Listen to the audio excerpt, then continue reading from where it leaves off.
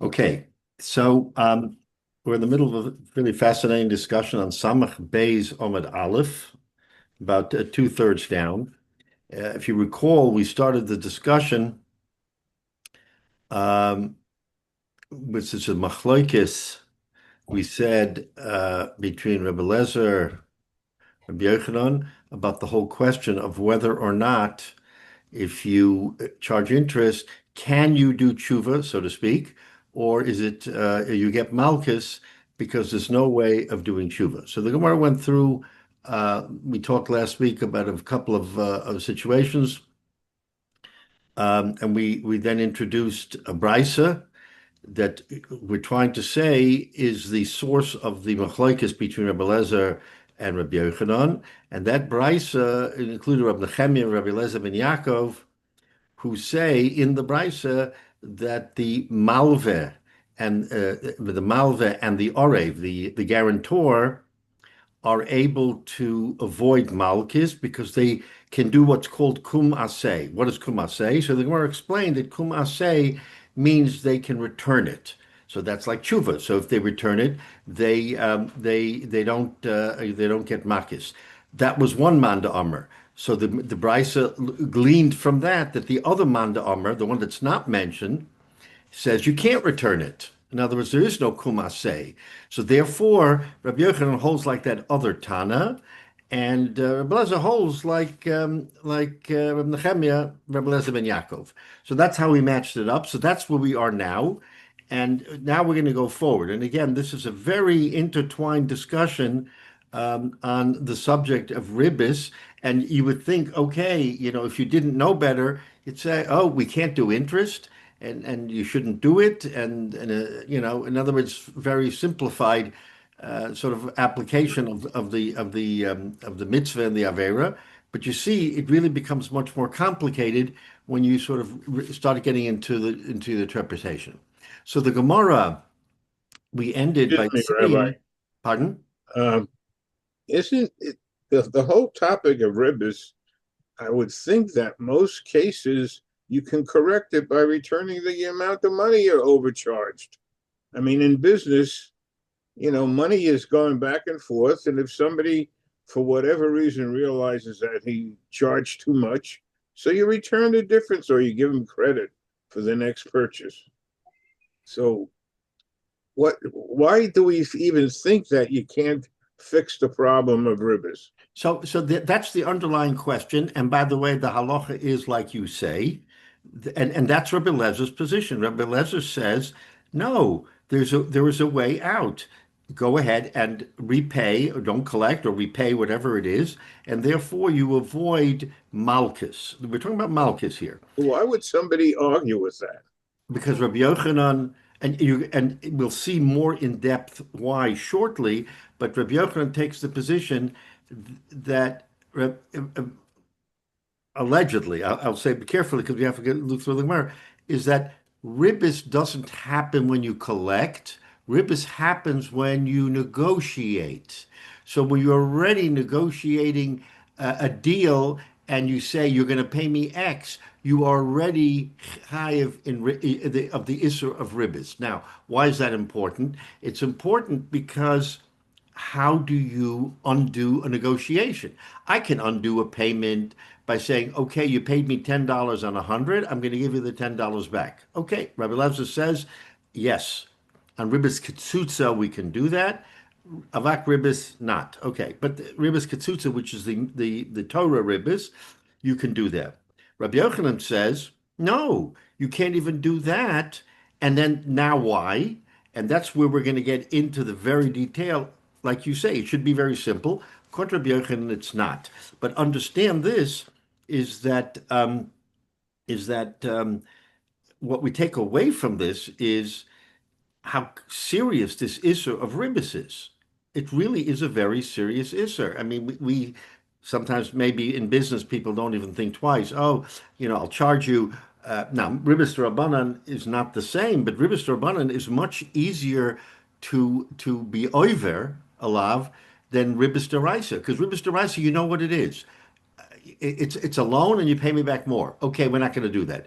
But in ribis Rabbanan, in business, it's quite easy to collect ribbis because we're not medactic. For instance, the case of the Mishnah, which we'll talk about again, is if I if I say I'm going to pay you, the case of the Mishnah was where we had a deal on grain and it went up and that was okay. And then the guy said, "But I want to buy wine," and he said, I can sell you wine. So I'll give you credit for the 30 dinner for the wheat. And it turns out later that the wine is much more expensive. So, did you even think about that? That might be ribis? That because we guaranteed 30 dinner, and all of a sudden I'm giving you wine and it's 40 dinner. I paid you ribis. Now, that's midrabanan, but nevertheless, no one thinks twice about that. So that's why the nuances of ribis are very. That's why midoraisa, you're not over unless you prima facie charge him ribis on a loan. That's it. That's it. And it's intentionally so because that's easy to get. It's easy to understand. Don't take money for a loan that you make to somebody else. Make them the loan and get back the same amount of money. So, and again, Rabbi, we're going to see other examples where l'chayra you would say there's no ribis, it's clearly not ribis, and it is ribis. That's why this is such a fascinating but complicated subject, and we try to stay away from ribis by doing the best we can in business. And for many people who are not in business, it's not really nogea. But once you're in the business of buying and selling and trading and this, that, and the other, look at loans. You take a loan from a gemach, you don't pay back. You pay back the loan. You don't pay back interest. The gemach can't take interest, and that's the way Jewish life should be. Is that when you're helping someone with a loan, you shouldn't take advantage, and not only take advantage of the money, because remember might be other considerations that a borrower would pay to a lender. For instance, I'm going to borrow 100, I'll pay you back 100, but I'm going to give you very favorable terms for a deal that I'm doing. Nothing to do with the loan. And if I give you those favorable terms, okay, who's going to know? But if you connect the dots, that's ribis. If you're associating some benefit from the loan, then that becomes ribis, and that's what makes it so complicated. Rabbi, But people have to sort of sort it out and play by the rules and do the best they can, because otherwise, sometimes you fall into ribis. You don't even realize you're falling into ribis. That I Rabbi, think is can the I get biggest a issue. clarification on the the positions and the extremes? I didn't mean to interrupt you. So Michael, you speak a little louder. can I get some clarification about the extremes and what the impact is? So we have, is it Rabbi Yochanan who says once it's agreed to, you can never Do tshuva, so to speak. Yeah. move up, right? We have you just said the halacha is that you can, but Yes. is there, so to me there's also a piece where if ribis is paid, is that not Geneva? And so, I mean, you've taken from somebody what you're not entitled to.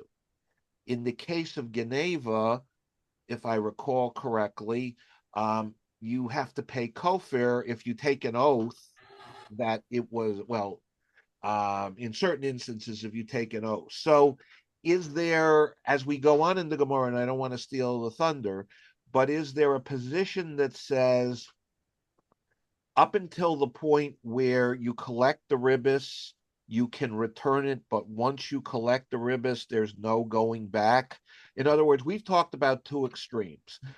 That in the agreement, that's the case, and then you have the ability to pay it back before ribis was actually, I mean, in any case, that according to Rabbi Yochanan, you can never do tshuva, you can never undo the problem. Right. There are other positions that say if you pay it back on your own before you actually pay the ribis, you can get exonerated. Once the lender receives the ribis, is there a position, or is the halacha consider that you can't go back at that point. You've collected it. You can't undo it, or you can even do that at that point. No, on the halacha, it's the latter that you can always amend what you've done according to Rabbi Eliezer, which is the halacha, that you can amend what you did. Um, and if you recall, a couple of weeks ago, we talked Yeah. about a brisa which says Hagazlonim umalve beribis. And originally we thought it was two separate things, a gazlan, and a malva beribis. Says the Gemara that the definition of malva beribis is a gazlan. Like you just said, it's a gazlan. Someone who's malva beribis is stealing. Because why is it not Geneva? It's Goslin because it's under duress. Because I thought Gazlanus was related to armed robbery or under. Bold-faced robbery. And here you're doing that. It's a bold face. In other words, there's no back of the hand. I'm lending you $100, right up front, and you're paying me 110. That's gazela, according to that definition, because I'm doing it up front. I'm not doing surreptitiously. I'm doing up front by lending you 100 and then taking back 110. So I'm stealing from you $10 that I'm not entitled to because I'm not entitled to take ribbis. So to your point, yes, it is. The Gemara now then goes on and explains what that means by gazlonis. But you see that we're circling this issue by equating, at least thinking that we're equating ribbis with gazlonis because you're doing something totally inappropriate, open faced. In other words, you could say it's Geneva, okay, but it's Gazela because you're doing it in broad daylight. You're not hiding the fact that you are lending for ribbis. But again, we asked several times Akasha on Rabbi Yochanan because the logic is that you should be able to do tshuva. That's Rabbi Eliezer's position, is that you've done something, but you can. There's always an opportunity to do tshuva in Jewish law. So why should you not be able to do tshuva? So Rabbi Yochanan is the extremist. And the Gemara goes back and forth and says, does Rabbi Yochanan really say this? We see from a brisa different. Then we answer, no, that brisa is distinguished from our halacha. At the end of the day, we don't find that Rabbi Yochanan caves and says that you can do tshuva. But it's not the majority opinion. So we say that it's okay. But Rabbi Yochanan really sticks to his guns, and he says that no, there's no way of doing tshuva whatsoever.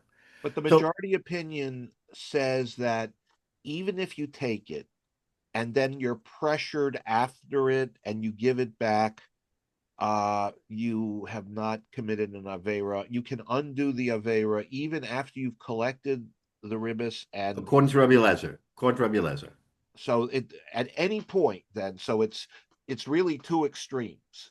right, So you can undo it at any point according to Rabbi Eliezer, and according to Rabbi Yochanan, you can never undo. right, right. Now, so where we left off is that we saw that the machlokes Rabbi Eliezer and Rabbi Yochanan is a machlokes of Tanoim that we just quoted Rabbi Nechem and Rabbi Eliezer uh, about kum asay. So according to this, there is a legitimate position for Rabbi Yochanan. According to this, there's a legitimate. So in other words, Rabbi Yochanan has a place to hang his hat. Says the Gemara, and this is where we're going to pick up. Again, it's about two-thirds down. Um, let's see exactly where we can pinpoint it. So the Gemara says, "Lo, that no, that machlokes of the Tanoim."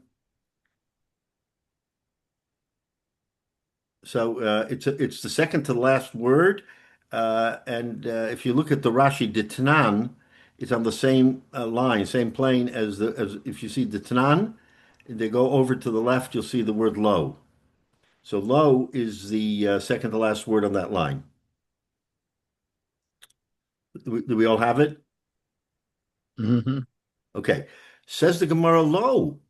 No, you can't learn from that brisa that Rabbi Yochanan hangs his hat on that Tana. Why? This is my kum asay. What does it mean, kum asay, that you should get up and undo what you did? Likroa shtora. It doesn't mean that you repay. You can't repay. Is that you rip up the star that created the ribbis, and therefore we're saying this is like a fiction. We're saying there was never ribbis. It's not like I collected ribbis and I paid you back, where there was actual activity. The only way to understand the machlokes is to say that kum asay contra Rabbi Eliezer means likroa shtora, that you tear up the star. Therefore, and again, look at it from the perspective of, okay, we're taking this case, let's say before Bezdin or before other people, and we're trying to track the timeline. The timeline was we wrote a star, right? Because you write a star, a warranty or a guarantee star, right, for something, and then you lend the money. But first you write the star. The star is what really pushes the deal forward. So merely repaying is just a surface. You're just cleaning up the surface because the underlying obligation still remains. There is a star. So comes the so we're saying that this machlokes, Rabbi Lezer ben Yaakov, and the other Tana is not in repaying the money. It's in whether or not we tear up the actual document so that there is no ribis whatsoever, right? If it was a question of kumasei, meaning just the money, okay, then Rabbi Yochanan has a position to hang his hat on. But if we're talking about kumasei, meaning that we're undoing the very basis of we're not cleaning house. We're undoing the very basis of what we're saying is the iser. Then the kasha remains. Why on Rabbi Yochanan? Why does Rabbi Yochanan say I mean, there is no longer. In other words, there's no longer a record of any ribbis, and not having a record of ribbis is the Gemara telling us means it never happened. If the star is being torn up, it never happened. In reality, yes, but it never happened. If it never happened, then why does Rabbi Yochanan say that you can't do tshuva? There is no ribbis. There's no zecher of ribbis. The ribbis was in the star, and the star is gone. So that's the Gemara. So the Gemara is trying to undo. Oh, Rabbi Yochanan is hanging his hat on this particular Tana because this Tana says that there is no kumasei. But if you're defining kumasei not as returning the money, but as ripping up the star from which the whole deal transpires, then you can ask a good kasha. Why does Rabbi Yochanan say you get malchus?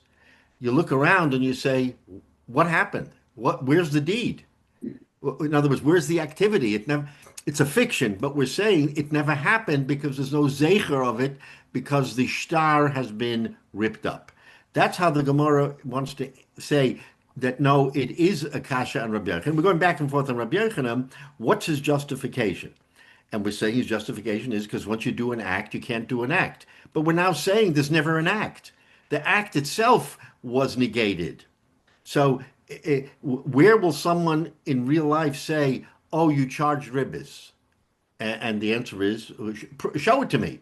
Show it to me. Is there a star? Is there an agreement? And that's what the Gemara is thinking here is the way to get around it, is that Rabbi Yochanan really is shver, because according to Rabbi Yochanan, you can't do tshuva. You get malchus. Why do you get malchus? There is no ribbis to begin with because of the star. Can Adam break that link and say we saw that he collected rivers? Two witnesses just happen to stand by. They're sitting by in the candy store and they see what's going on. Well, it's an interesting question because Adam are treated differently in this whole parsha.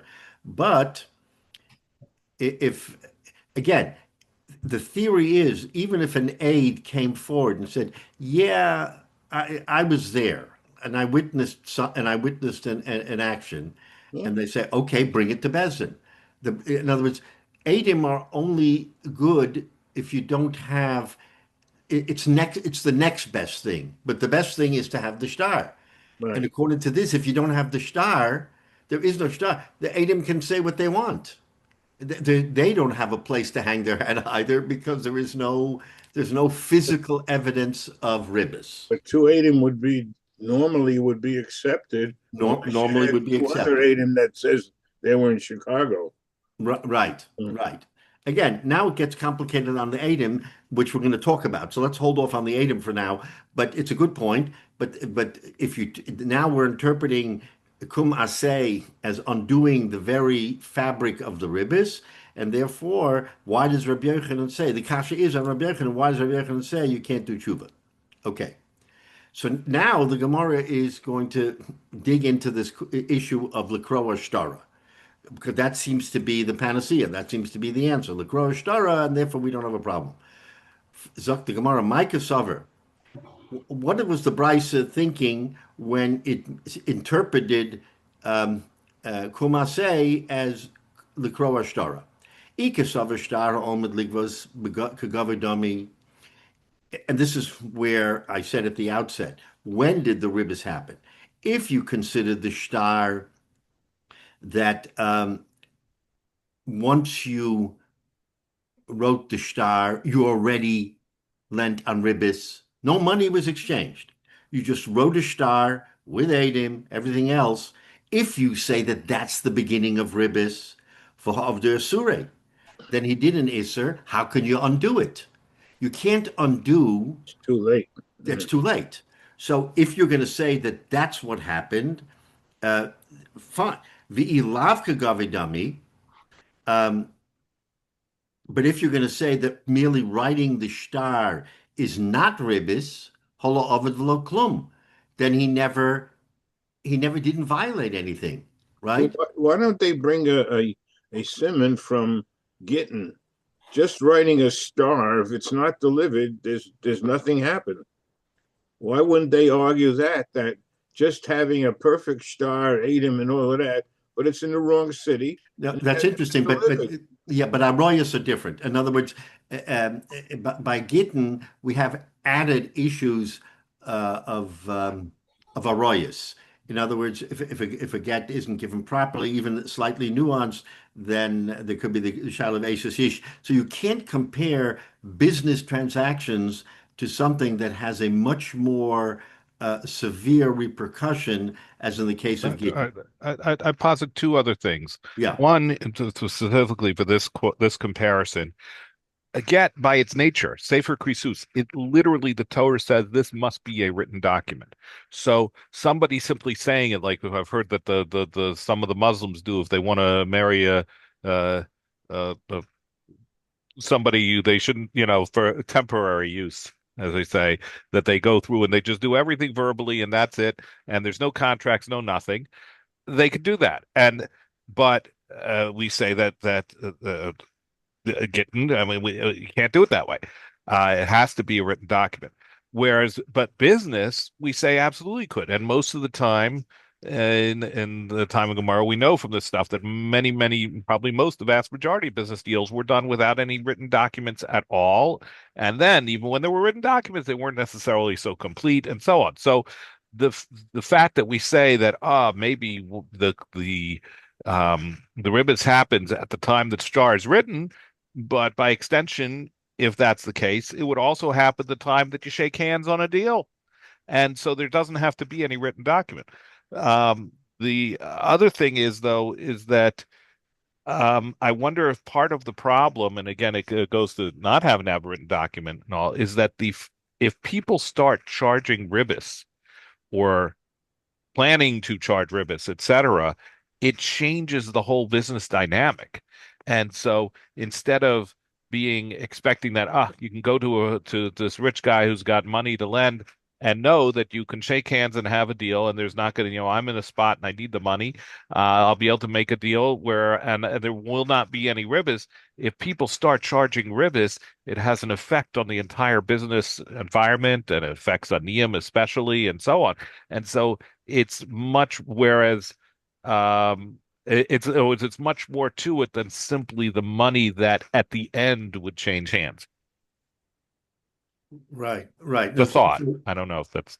Yeah, no. I mean, you make an interesting point because ribis is one of those things that, again, the Gemara here is assuming that we're doing it with the star in the normal course. You're right that you could certainly, and there was, I'm sure, many cases where it was done orally, and that creates obviously complications. But for purpose of the discussion here, Rabbi Lazar and Rabbi Yochanan, they're saying, let's assume we did it the right way. And the right way is that we wrote an agreement and then we did the money. Because if it's a sum of money, you want to have a pecodon, you want to have some kind of an object that you can rely on. So you wrote in the thing, okay, I'm lending you $100 and you're pledging your, whatever it is. You have something valuable in your house, you're pledging. So in other words, there is a star, and the star has teeth to it. So the discussion here is, so we've said, no, once you rip up the star, then there is no zecher of that loan, and therefore it's okay. It's okay. So now the Gemara wants to now ask, what do you mean it's okay? You can't have it both ways. If you say that the star is what kicks off the ribis, then how do you even do tshuva? Because now you're going to a next phase, i.e., lending the money, but the isser is already done. The isser is done because you wrote a star. Then the machlokes Rabbi Eliezer and Rabbi Yochanan comes into focus. Rabbi Eliezer says, no, there's still the ability to do tshuva. And Rabbi Yochanan says, farfallen, you can't do tshuva because you've already written the document and you're moving on. But if you say that the ribis starts at the moment of lending, the actual physical act of lending, then the kasha on Rabbi Yochanan is, why does Rabbi Yochanan say that when you wrote the star, you can't undo it? If the isser is the physical act of lending, and you tear up the star, then there's no loan. There's no record of a loan. So that in other words, you can't trace back and say, oh, there was a loan. Prove it. I have a star. You don't have a star. The star was already ripped up. So the Gemara, this is again a kasha on Rabbi Yochanan. Why does Rabbi Yochanan, and this is what we're trying to pound on Rabbi Yochanan, why does Rabbi Yochanan say that you can't do tshuva? Because like we said, the normal thing would be that Rabbi Eliezer is correct. You should be able to undo something. There's almost no such thing except for Gilei Aroi, Shvichas Damim, Avodah Zarah. But other than that, why? There's no reason not to be able to say that a person can atone for doing an Avera. What's Rabbi Yochanan's theory? And so we're asking the question again, what does it mean ripping up the star? If the star is what creates creates it, then we understand Rabbi Yochanan. Because Rabbi Yochanan says you have a star and you already were over the lav, right? Rabbi, why isn't the whole thing? It seems to me the ribis in reality is a theoretical thing until the payoff comes back. When he pays back 110, like anything else, that's when he did an avera. If he kept machshavas and everything else, it doesn't matter. It's really when something happens. So, and that's true of a lot of mitzvos. Something has to happen before you get schar or before you get an avera. So why was this whole thing sidetracked into bringing things forward before anything happened? Right. So that's what you would think, and that was what the logic would be.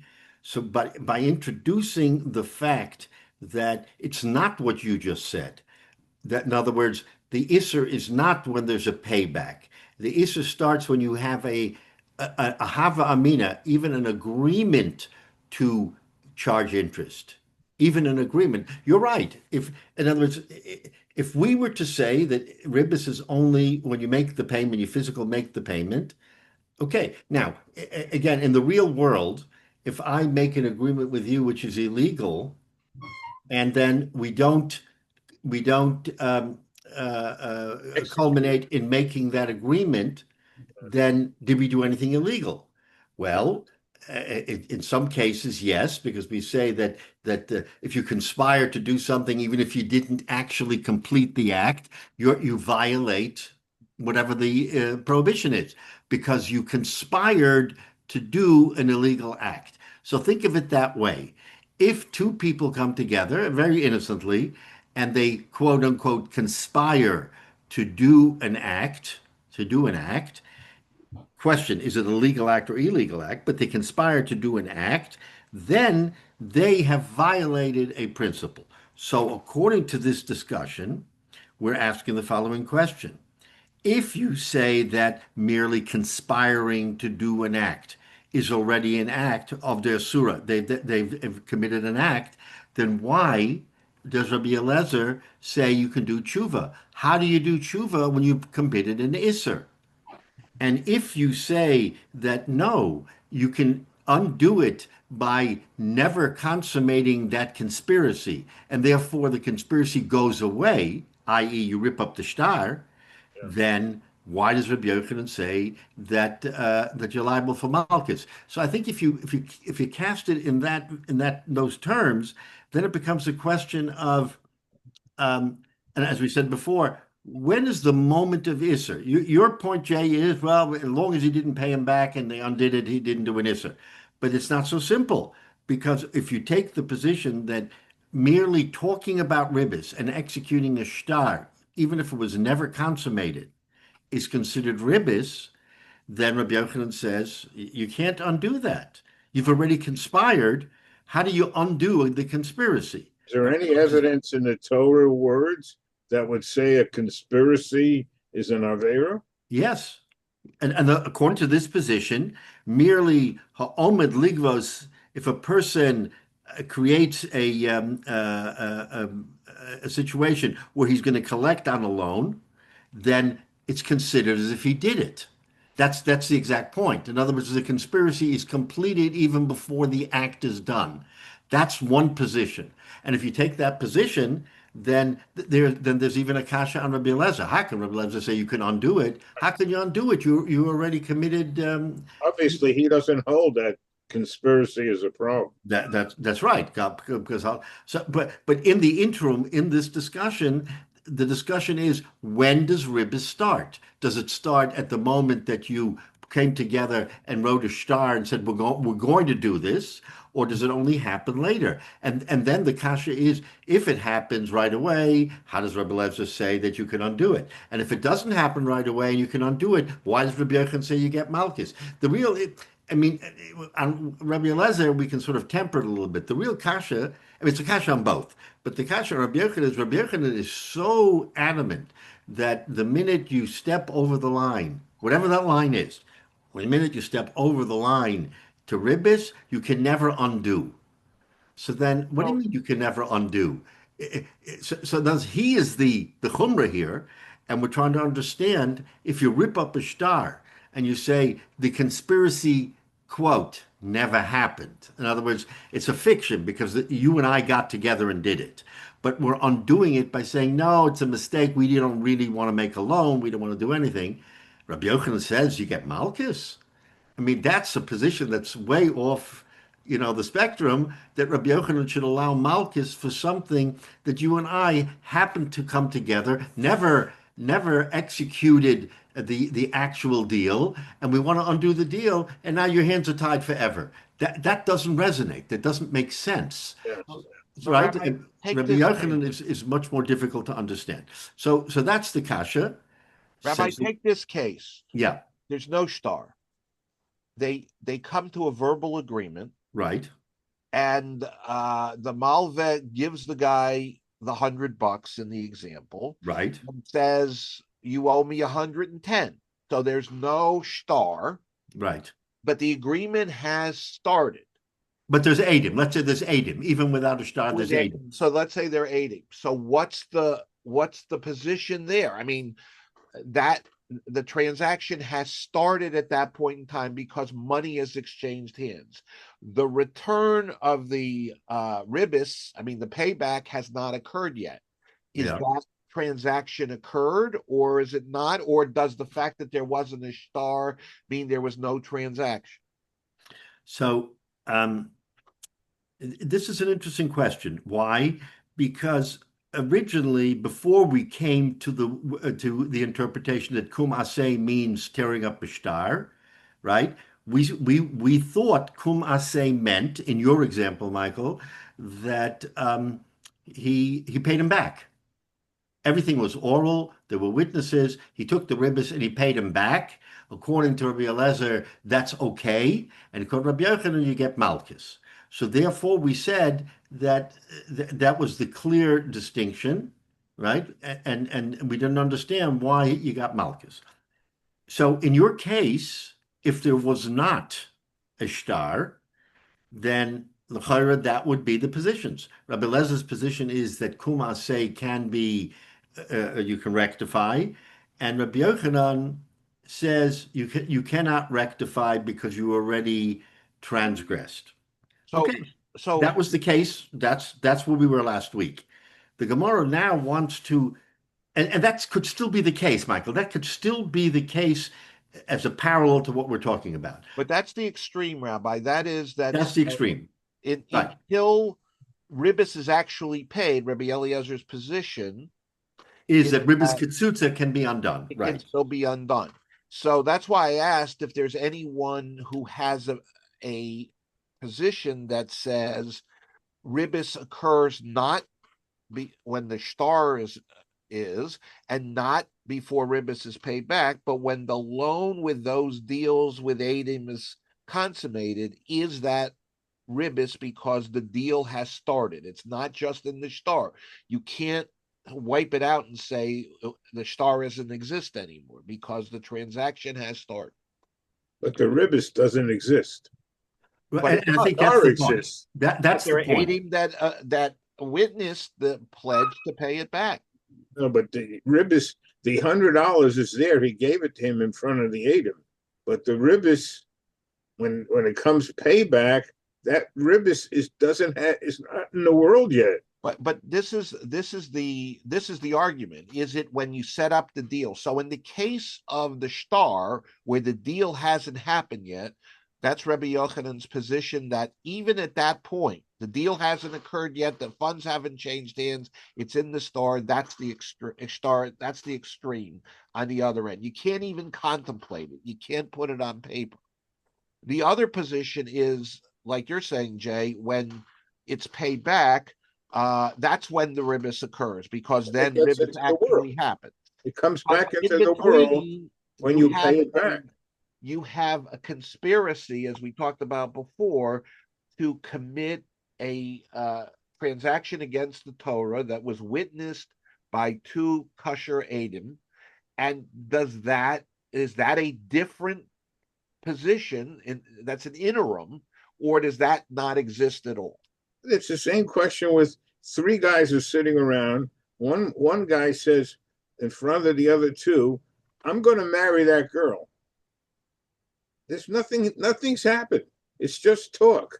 But here the money has changed hands. That's the Only difference. only the principal, not the ribis. Yes, but the agreement for the principal was a loan. It was a witnessed transaction that's economic transaction, business deal that says, and you're going to pay me a premium for that back, and Aiden witnessed that. So if you said that the So he owes transaction him was two things. illegal, then it would never exist. If you You could can not have that separate it, thing, Michael.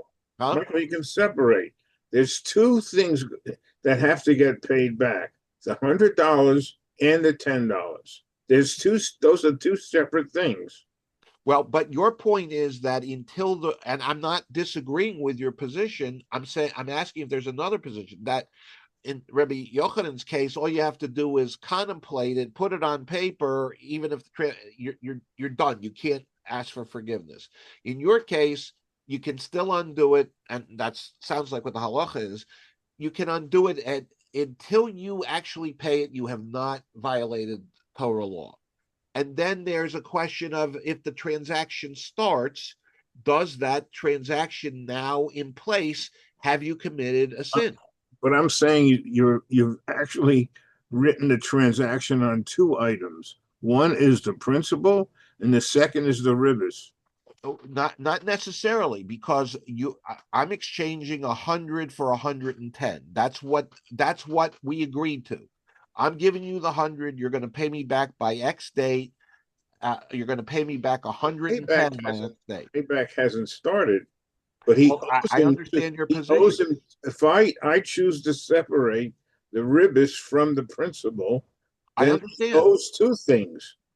But Rabbi Yochanan's position is even more extreme. It's even if you contemplate, if you put it down on paper, Yeah, there's the you conspiracy. you can't rescind it. So, and I understand your point, and I'm not, and that's what the halacha is. But if you've actually gone and done that and actually exchanged money, to me, that is the start of the transaction.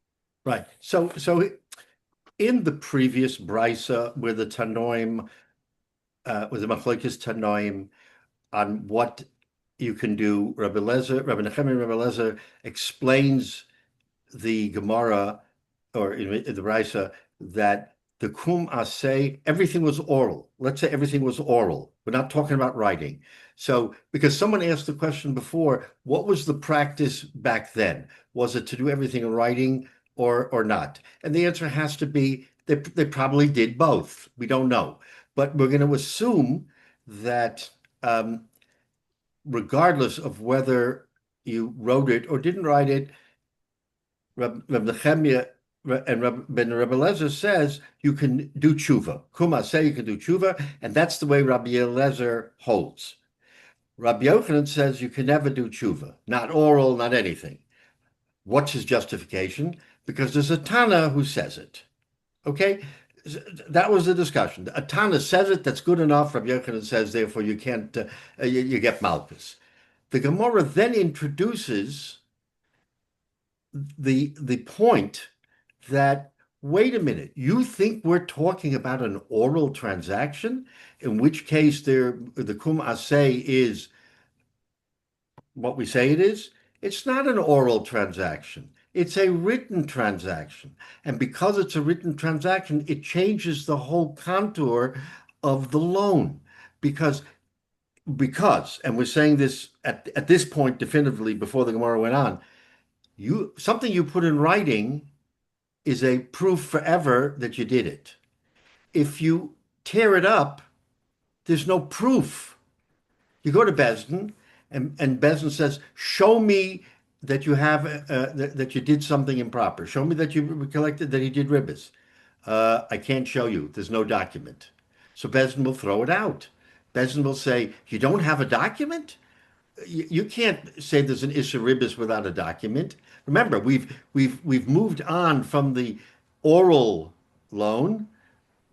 Says the Gemara, the Brisa. No, the Gemara says the Brisa is speaking about a written loan, not an oral loan. What is the issue with an oral loan? Okay, let's put that aside. That could very well be the machlokes that we saw before with Kumase and not Kumase. But according to the new interpretation of that brisa, then it's not an oral loan. It's a written loan. And the question is, with a written loan, if you undo it and rip it up, there was never a loan. Why does Rabbi Yochanan say you get malchus? There is no loan. It doesn't exist. It's a fiction. You tell me there was one, prove it. You can't prove it because there is none. It's not enough to say, oh, we know there was one, because there isn't. The Edom may be in Timbuktu, who knows? But you don't need the Edom because you have a star. But now you don't have a star. So the Gemara wants to move on. Remember, this is a exegesis of going back and forth and trying to sort of plummet and find a way to justify Rabbi Yochanan or not justify Rabbi Yochanan. So right now we say, wait a minute. Rabbi Yochanan, the whole situation is different because it's about Likro Ashtara. And since once you tear it up, right, then you don't have any ribbis anymore. You don't have ribbis. You said Rabbi Yochanan holds like that Tana. No, no, no. That Tana is only talking about an oral transaction. The Tana in the case before is talking about an oral transaction. Where there's a written transaction and the writing is gone, what's Rabbi Yochanan's justification to give Malchus? Remember, two different cases. One would be an oral, in which case Farfallen. Rabbi Yochanan says there's Malchus because you can't undo the oral. Rabbi Lezer says you can. Rabbi Yochanan says you can't. But where you have a star, which is plainly in front of us the reason why there's ribbis, and you tear up the star, why would Rabbi Yochanan say you get Malchus? There was never ribbis. Again, it's a legal fiction that we're putting in place here, but we're relying on the fact that the star is what makes the ribbis. And if there's no star, there's no ribbis. Then the Gemara now asks, wait a minute. In the case of a star, when does ribbis really happen? Does it happen the moment you write it, and therefore once you wrote it, you can no longer undo it even if you rip it up because you wrote it, and the parties were over an Isser the minute you wrote it, therefore the star doesn't matter. You're over the Isser. Or do we say no, that the Isser is only not when you write it, but when you collect? So if you don't collect, then it's as if it never happened. That's now the machlokes between Rabbi Yochanan and Rabbi Eliezer, and therefore it's a kasha. If it is in writing and you rip it up, then and in other words, if it's in writing and the writing is what creates the isser, why does Rabbi Eliezer say you could do tshuva? You can't do tshuva when the isser has already been completed. But if it's in the writing, if it's not in the writing and it's only in the collection, then the kasha is Rabbi Yochanan. So what that you wrote it? You never collected, and if you didn't collect, then there shouldn't be an isser. So again, the Gemara is trying to balance and understand, even though it's pretty clear what the machlokes is between Rabbi Eliezer and Rabbi Yochanan, the Gemara keeps going back and forth and wanting to understand what's the justification. Why does Rabbi Yochanan say you can't do tshuva? We want him to be able to do tshuva.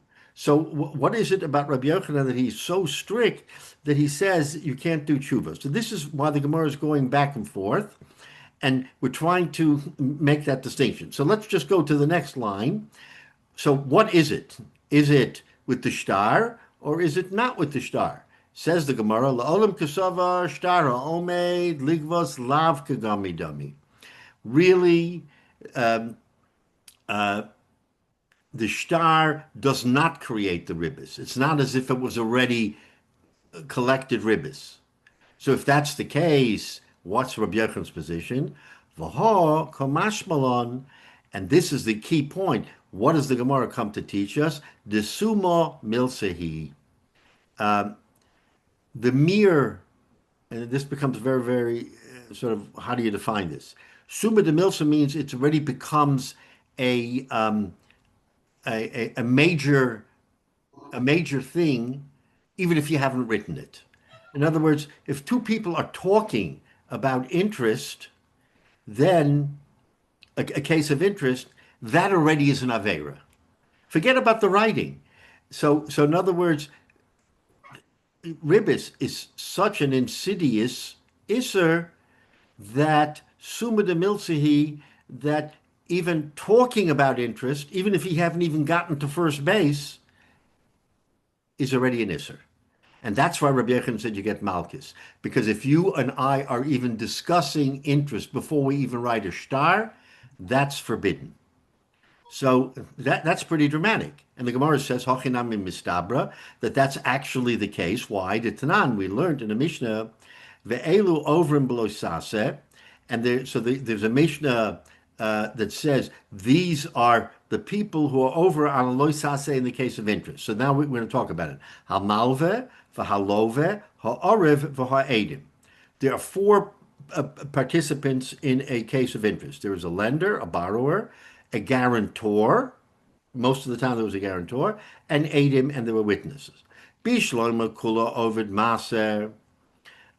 Now, I understand that if they actually did the act, right, and they collected the interest, then everybody's over alav. El edim my over. What did the edim do? Because They witness it, but they weren't part of the collection. If you're going to say the collection is what makes the Isser, then I understand the Malva and the Love and the Arev. But what does the Edom have to do with it? They just witnessed it. They had nothing to do with the collection of the interest. Elalav Shmamina, because the Brisa there, the Mishnah there says the Edom are over on a lav. Why are they over on a lav? Elav Shmamina, Desuma Milsahi. So therefore, we have to extrapolate from this that the mere discussion of having a case of interest is enough to be punishable, and therefore the Adim are punished even though they have nothing to do with the actual transaction.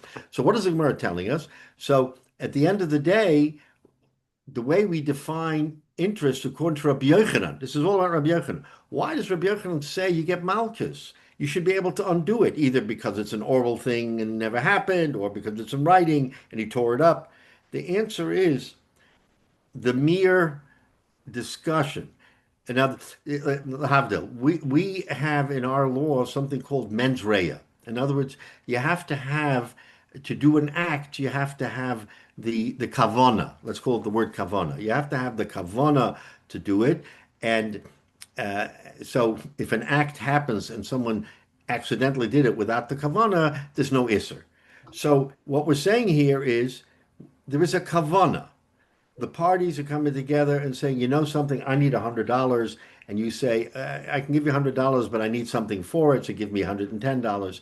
That discussion before anything happened, even though that's kind of in Shemayim, right? It's a random discussion. According to Rabbi Yochanan, is already Summa de Milsa. It already sets the stage for something improper, and therefore I say you get Malchus. So now we're not dealing in the realm of actuality. You made a loan or we wrote a document. No, it's not even relevant to have written a document or to actually pay the interest. The mere thought, the thought, which is, by the way, in Jewish life, we know that Rebbeinu Shalom is Yodea Machshavas. Okay, so God knows what's our machshava, but He doesn't penalize us if our machshava is a bad one, but we don't act on it. So, okay, it wasn't the right machshava, but you right away said, okay, take that machshava and throw it away.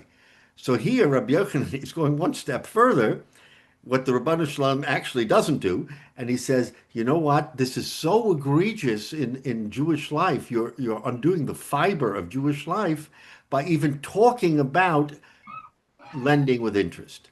And that is very extreme, and that's why the halacha is not like Rabbi Yochanan. But Rabbi Yochanan takes that position that Summa de Milsa, that it is it's such a wrong to even talk about it. Over the line.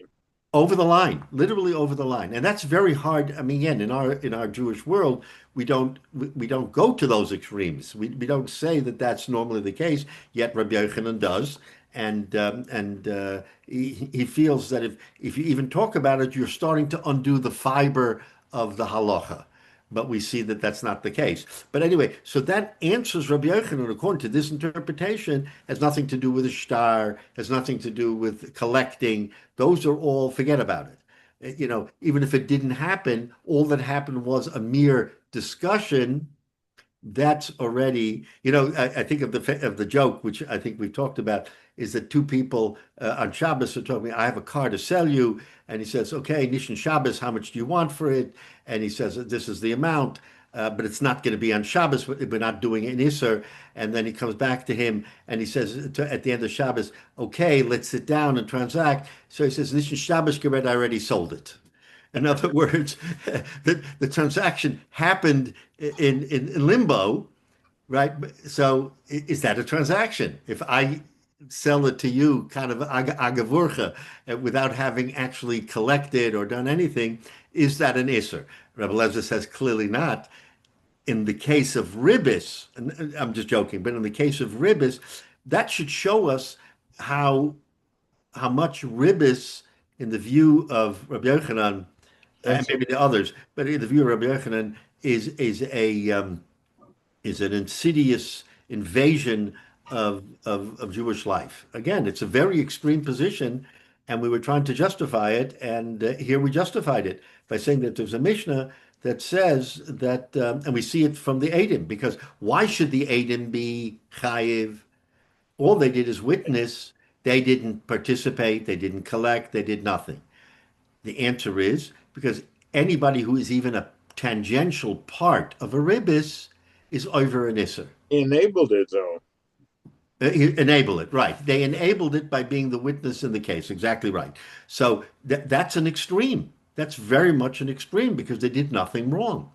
So anyway, so that just goes to show us how far the Isser of Ribis goes and what we're allowed to do and not allowed to do. So let's take a look at a couple of Rashis.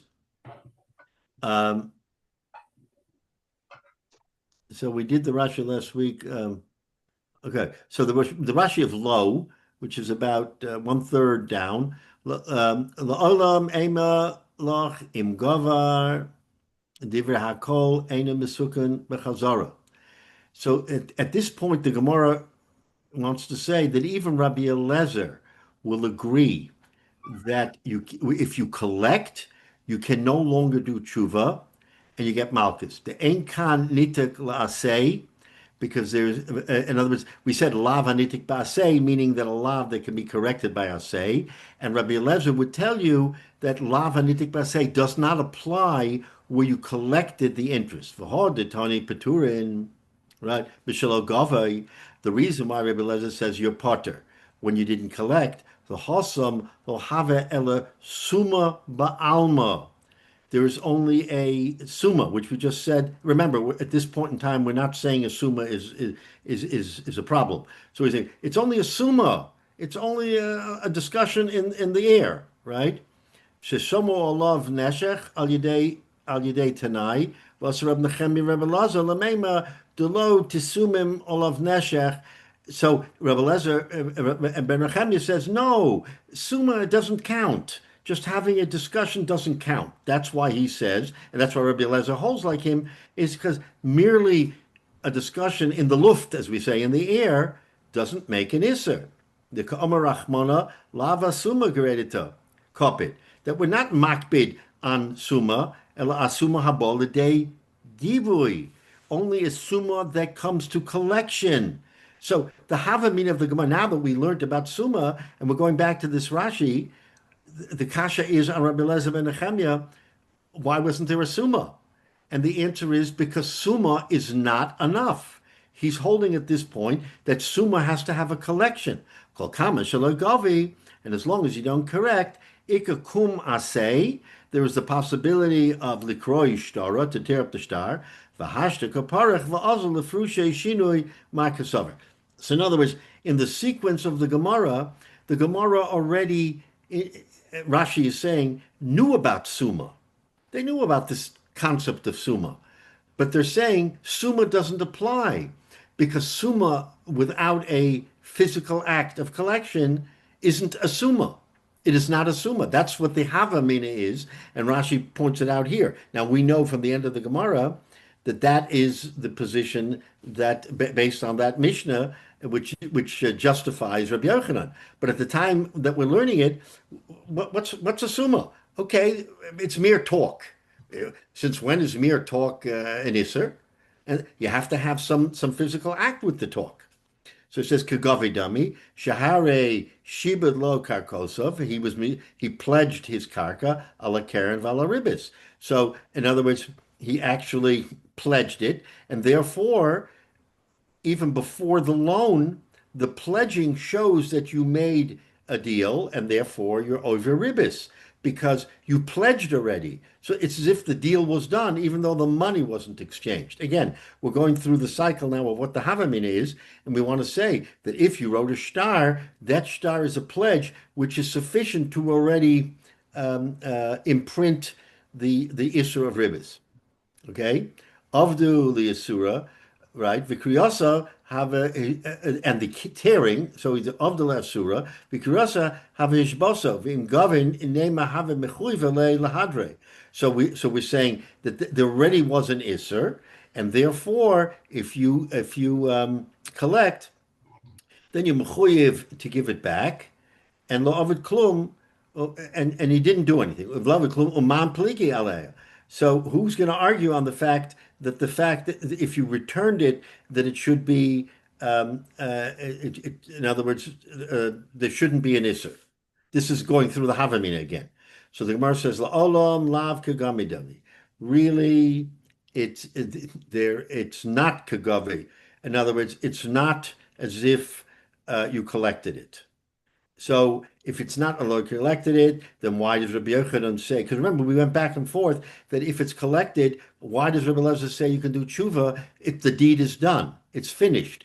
In other words, you can't do the tshuva once you've already exercised and completed the act. So there was a kasha of Rabbi Elazar. So we said no, that we're talking about where you tore up the star, so therefore there would be no problem with Rabbi Elazar, but there is a problem with Rabbi Yochanan. Then the Gemara comes and says what Rashi said in the Havamina, La'olam lav kagamidami. That's non, because we learned in the Mishnah, V'i armet lo mechayve ad degave. If you're going to say he's not mechayiv until he collects, bishlam kula avde maase begavesa malva gova min ha'orev min ha'love ha'love nasen biyad hamalve v'ava b'loy tashich. So we didn't discuss this before, but what's the pshat with the orev? Okay, so I lend you Menashe $100, and Jay is the guarantor to the loan. What's the pshat guarantor? So the guarantor now has two functions, right? What is his two functions? He represents the malve in the loan, and he represents the love in the payback. So what happens with this Arev is the reason why he's chayv is because he's both a lender and a borrower. Not that he gets two asurim, but by being an Arev, he's essentially the lender is lending him the money, the Arev. Why? Because the Arev will ultimately be responsible. So the lender is lending the Arev the money, and the Arev in turn is lending it to the Love. So now the Love owes the money to nominally to the Malva, but he really owes it to the Arev, because the guarantor, so to speak, laid out the money for him by assuring the Malva that it would be paid. So the Love owes him the money. So what is the Gemara getting at? The Gemara wants to tell us that this whole act because it's a summa, because in other words, the whole act already sort of played out with all the pieces in place. So right.